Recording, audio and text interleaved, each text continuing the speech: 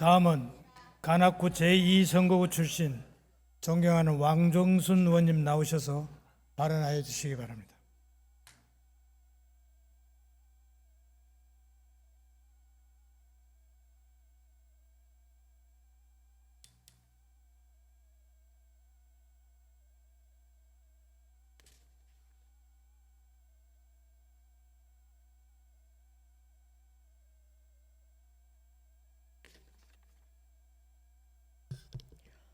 사랑하고 존경하는 천만 서울 시민 여러분, 존경하는 김영기 의장님과 선배 동료 의원 여러분, 오세훈 시장님과 조희연 교육감님을 비롯한 관계 공무원 여러분, 안녕하십니까?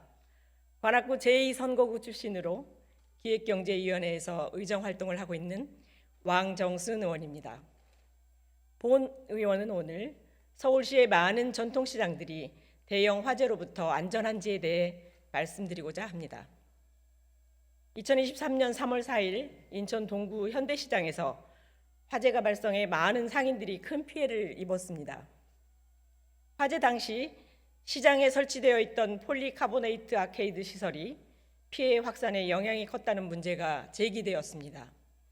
폴리카보네이트는 지난해 12월 29일 5명의 사망자를 낸 과천 방음터널 화재 때 피해 확산의 주범으로 지목되었던 폴리메타크릴산 메틸에 비해 화염 전파는 느리지만 착화, 연소되는 가연성 소재로서 위험성이 존재한다는 지적이 이어져 왔습니다.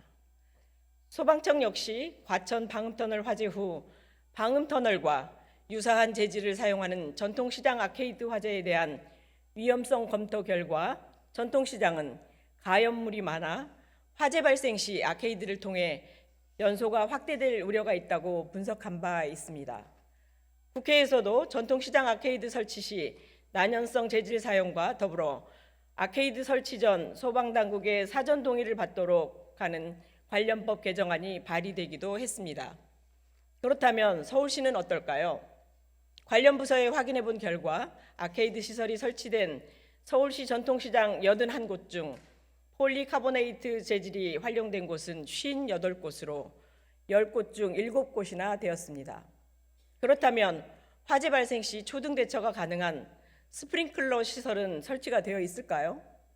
절반 이상이 설치가 되어 있지 않았습니다.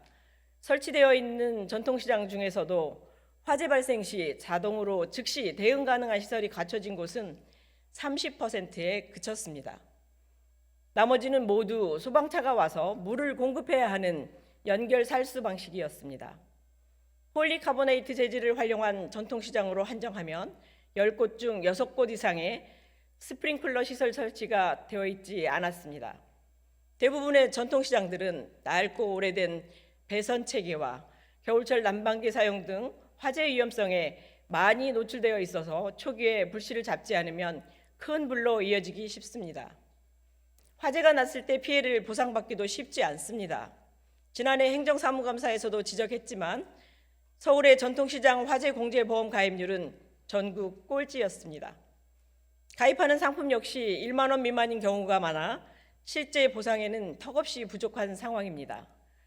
올해 지원 비용을 기존 60%에서 80%로 확대하는 등 노력을 기울이고 있지만 경기 침체 속에서 힘든 운영 상황에 놓인 상인들로서는 작은 비용이라도 부담되는 것이 사실입니다. 실질적인 대책 마련이 필요합니다. 아케이드 시설을 만들 때 폴리카보네이트를 등 가연성 소재 대신 난연제를 활용하도록 유도하고 자동 스프링클러 등 초동 화재 대응 시설 설치와 관련 매뉴얼을 현실화해야 합니다.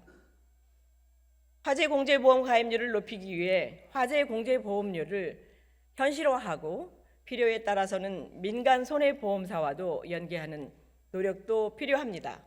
실제로 경기도의 경우 화재공제보험 가입 시 90%까지 지원하고 소상공인진흥공단뿐만 아니라 민간 손해보험사와도 MOU를 체결해서 가입을 유도하고 있습니다.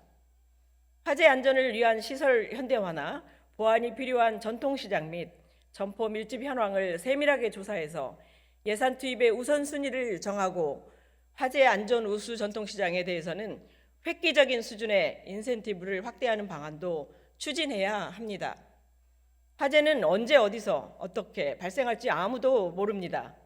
미리 준비하고 대비하는 것만이 소 잃고 외양간 고치는 일을 없애는 지름길입니다. 서울시의 적극적인 대책 마련과 준비를 촉구드립니다. 경청해 주셔서 감사합니다.